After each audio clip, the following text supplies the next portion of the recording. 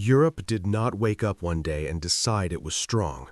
Europe survived because for centuries one land stood in the way and bled first.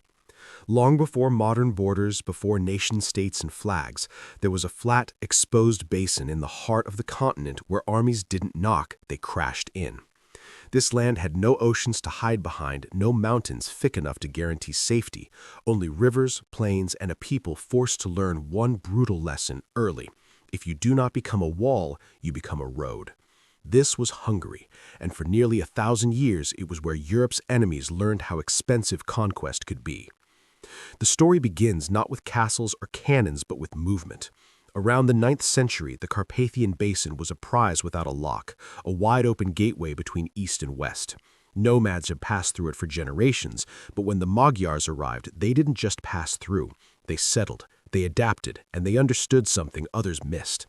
This land was vulnerable, yes, but it was also powerful. Rivers like the Danube and Tisa cut through it like arteries. Trade routes crossed it naturally, and whoever controlled this basin could strike north, south, east, or west. The Magyars didn't see themselves as victims of geography, they saw opportunity. But Europe saw fear. In the early years, Magyar raids thundered across the continent, fast cavalry appearing where no one expected them, disappearing before retaliation could form. Western chroniclers painted them as demons on horseback, a punishment sent from God. And yet, what is often ignored is how quickly Hungary transformed from raider to shield.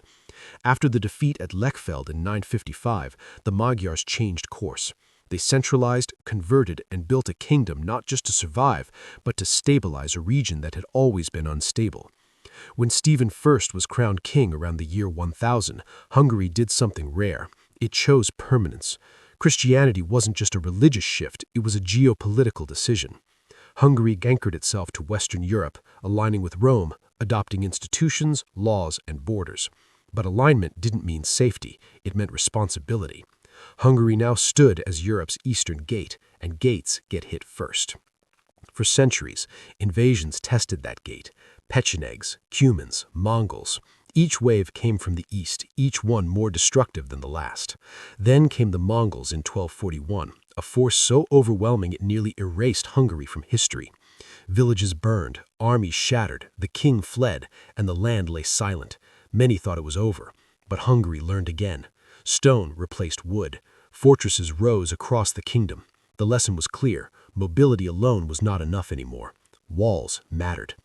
Those walls would soon face their greatest test.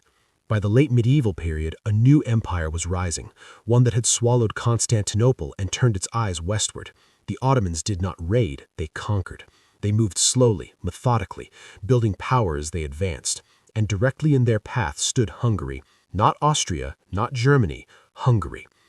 The first great collision came in 1456 at Belgrade. The city was the key to the Danube, the key to Hungary, and therefore the key to Central Europe. When the Ottomans arrived with massive forces, many believed resistance was futile, but John Hunyadi and a desperate coalition proved otherwise. Against expectation, the city held. Church bells rang across Europe in celebration, and to this day, those noon bells echo the memory of that defense. But victories like this didn't end the threat, they delayed it. Hungary became a battlefield not because it wanted to be, but because geography gave it no choice. Every mile the Ottomans advanced into Hungary spared another mile of Austria, spared another city in Germany, spared another generation of Western Europe from direct war. Hungary paid the price in blood, depopulation, and destruction. Its plains became graveyards. Then came 1526, Mohacs, a name that still carries weight like a wound that never healed. In a matter of hours, the Hungarian army was annihilated. The king was dead. The political center collapsed. It wasn't just a military defeat, it was the breaking of a kingdom. Hungary didn't fall cleanly, it shattered. One part under Ottoman control, one under Habsburg rule, one struggling for autonomy. And yet even broken, Hungary remained a barrier. The Ottomans did not surge unchecked into Europe. They stalled, bogged down by fortresses, uprisings, supply lines stretched thin across hostile land. What followed was not a single war, but centuries of grinding conflict. Castles changed hands, towns emptied, borders shifted back and forth like open wounds. Hungary existed in a constant state of militarization. Its nobility became soldiers, its peasants lived between garrisons. Life itself revolved around survival. This was not heroic fantasy warfare. This was exhaustion, generation after generation. And still, Hungary held long enough for Europe to change. Gunpowder warfare evolved, states centralized, economies strengthened. By the time the Ottomans were finally pushed back in the late 17th century, Europe was no longer the fragile patchwork it had once been. Hungary bought time. Time paid for with everything it had. But survival came with a cost. Under Habsburg rule, Hungary became both protected and constrained. Rebellions flared as Hungarians fought not just against invaders, but for autonomy. The irony was cruel. The land that saved Europe now struggled to control its own fate.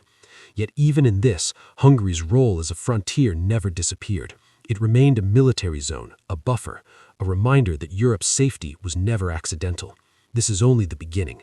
The idea of Hungary as the bastion of Europe was not propaganda. It was lived reality, carved into the landscape by war, reinforced by sacrifice, and remembered through loss. Every empire that tried to pass through learned the same lesson. Hungary does not simply open, it resists. Hungary did not experience occupation the way distant empires imagine it. This was not a clean takeover with banners raised and laws rewritten overnight. It was slow erosion. Villages emptied before armies arrived. Fields went unplanted because no one knew who would control them by harvest.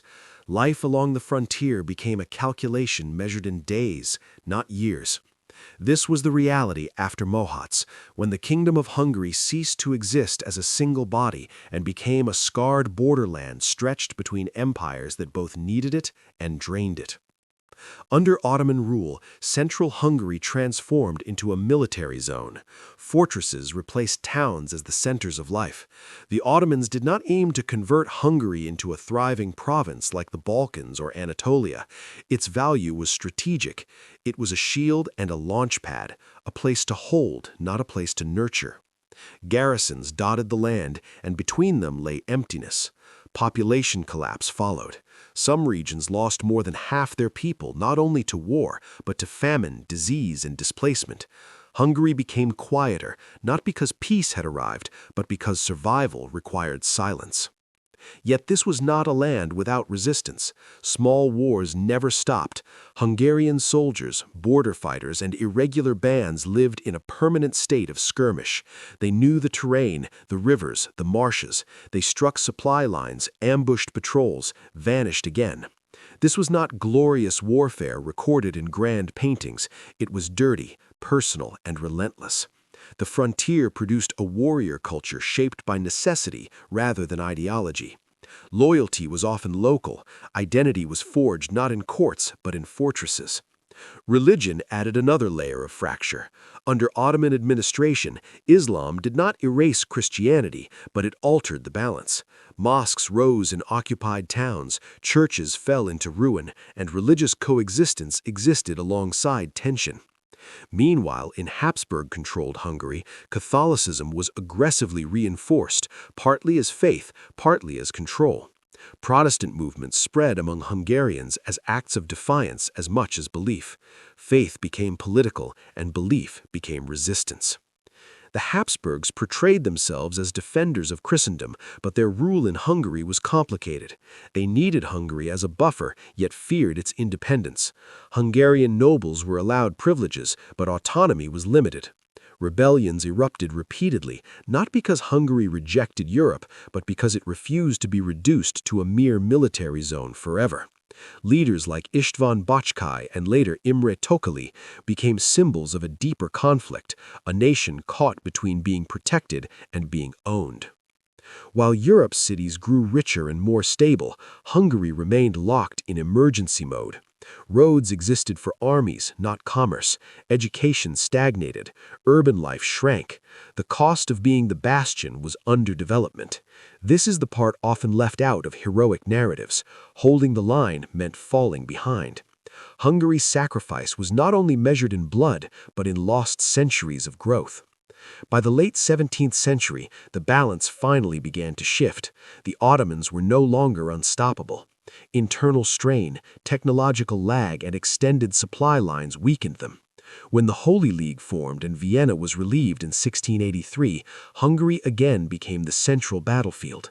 This time, however, the tide moved west to east. Fortress by fortress, the Ottomans were pushed back. Buda fell in 1686. The long occupation began to crack. But liberation did not feel like freedom. When Ottoman rule ended, Habsburg control solidified. Hungary was reunited geographically, but not politically.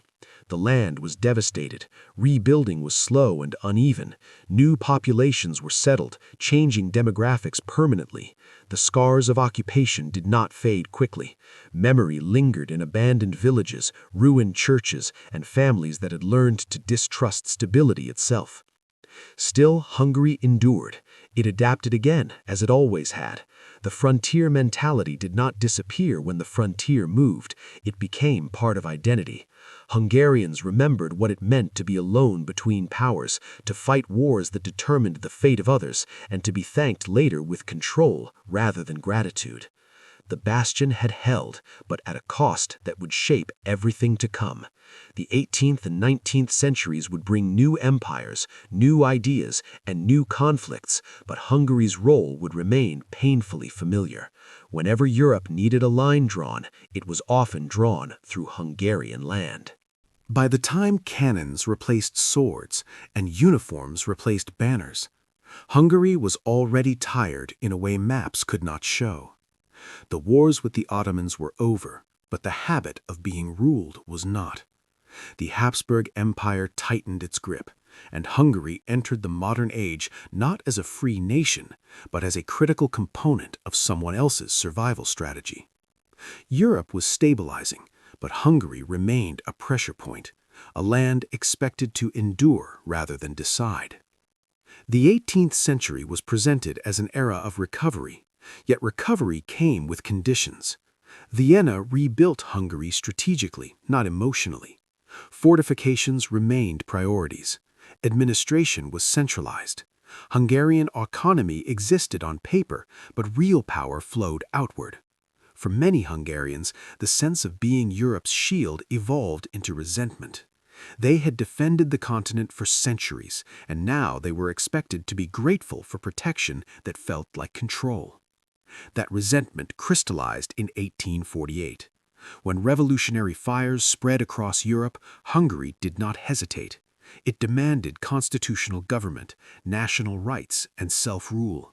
This was not reckless rebellion.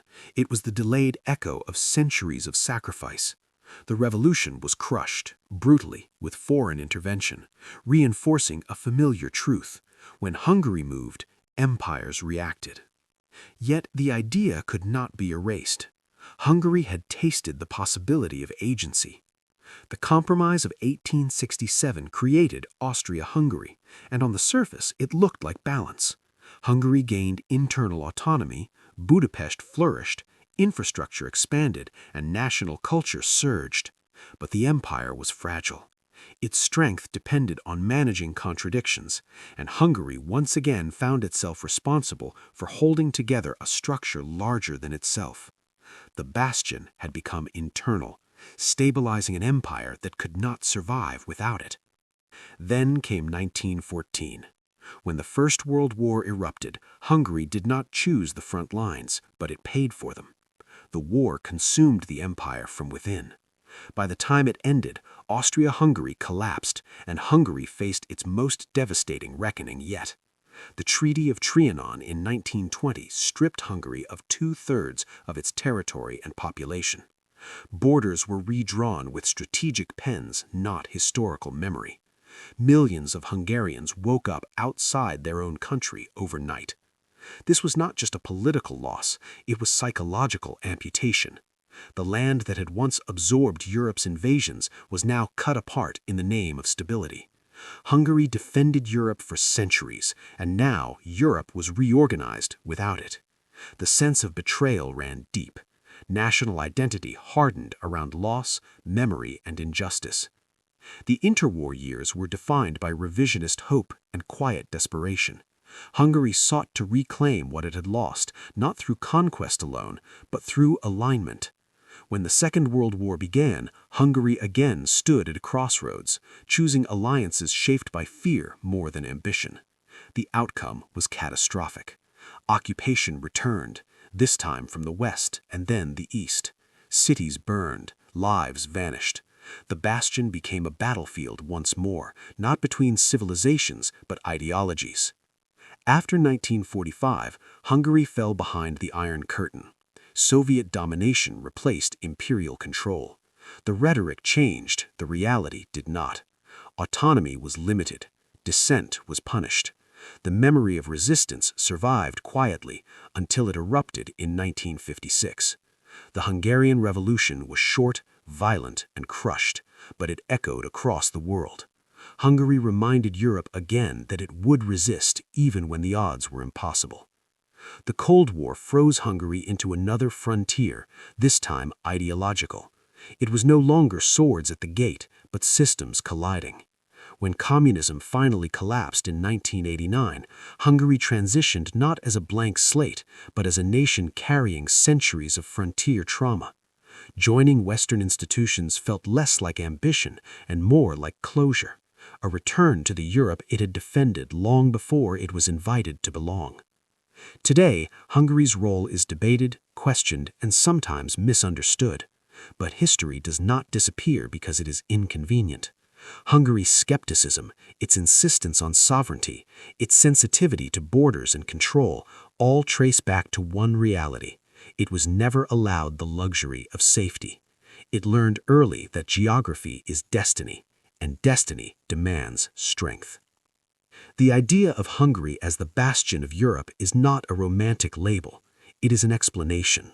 It explains why this land resists pressure, why it remembers invasions others forgot, why it reacts strongly when control feels external. Hungary did not ask to be the wall. It became one because history left it no alternative. This is the end of the story, not because the struggle ended, but because the pattern became clear. Empires rise and fall, ideologies shift, borders move, and still, Hungary remains where it has always been, standing where Europe begins to break, absorbing the first udar, and surviving long enough for others to call it history. History did not reward Hungary for endurance. It recorded it quietly and moved on. That silence is part of the story. When the 20th century ended and Europe spoke in the language of unity, markets, and institutions, Hungary listened with the memory of walls still fresh in its bones. For nations that had oceans or distance, security felt natural. For Hungary, security had always been conditional, temporary, borrowed. It had been a shield too long to believe in permanence. The Cold War's end did not erase the past, it exposed it. Hungary opened itself to the West not as a blank country rediscovering freedom, but as a scarred frontier re-entering a system it had once protected without being invited. Integration brought opportunity, but also friction. Every debate over borders, migration, sovereignty, and control triggered older instincts. Hungary did not see these issues abstractly. It saw them through centuries of exposure, through memories of what happens when gates fail. This is why modern Hungary speaks differently than many expect. Its caution is often mistaken for isolation. Its insistence on autonomy is labeled defiance. But those judgments ignore history's pressure. Hungary learned, repeatedly, that external guarantees vanish when crises arrive. Treaties failed at Mohacs, alliances failed at Trianon, promises failed in 1956. Survival came not from trust, but from preparation. The idea of the bastion lives on, not in stone walls, but in mindset. Hungary remains positioned at crossroads, between East and West, between influence zones, between competing visions of Europe.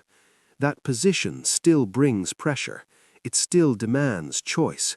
And choice in Hungary's history is never abstract. It is measured in consequences. What makes Hungary's story uncomfortable is not its suffering, but its relevance. It forces Europe to confront a truth it prefers to forget. Stability is not self-created. It is often purchased by those who absorb instability first. Hungary's plains, fortresses, and borders served as shock absorbers for centuries. Others had time to grow because Hungary held. This does not make Hungary morally superior, nor eternally correct. It makes it historically conditioned. A nation shaped by invasion will value control. A nation repeatedly divided will resist fragmentation. A nation that survived as a barrier will fear becoming a passage again. The tragedy is that Hungary's role as Europe's shield required it to sacrifice the very things that make nations flourish easily: continuity, growth, innocence. Its reward was survival, not peace. And yet survival is no small achievement. Many lands that stood in similar paths vanished completely. Hungary did not. The Bastion was never just about defending others. It was about refusing erasure. Each empire that struck Hungary expected collapse. Each time something remained. Language endured. Identity hardened. Memory deepened. The wall cracked but did not fall. This is why Hungary's past cannot be treated as a footnote. It explains present tensions. It explains mistrust. It explains why Hungary reacts not to theory, but to precedent. For Hungarians, history is not distant. It is a warning system. If Europe wants to understand Hungary, it must understand what it demanded from it. Not admiration, not gratitude, just acknowledgement. The recognition that some nations are forged not in prosperity, but in pressure, and that pressure leaves marks that time alone does not erase. Hungary stands today not as a relic of Europe's past, but as evidence of its cost. The Bastion still stands, not because it wants to, but because history trained it to.